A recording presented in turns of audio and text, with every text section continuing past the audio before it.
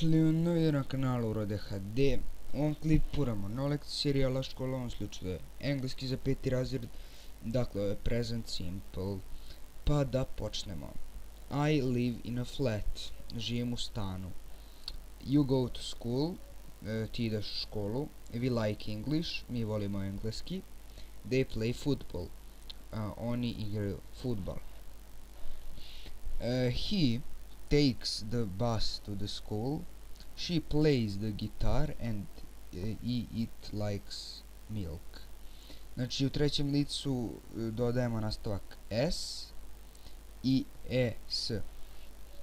Znači on ide busom u školu, ona svira gitaru i ono voli mleko.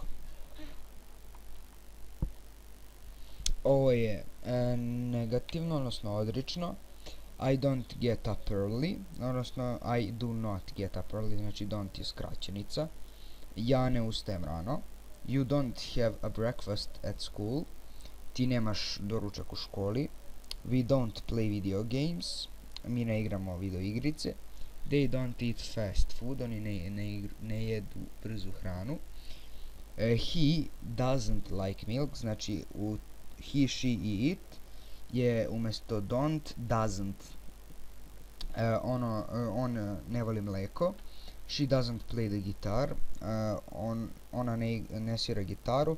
I it doesn't sleep in the afternoon, ono ne spava popodne.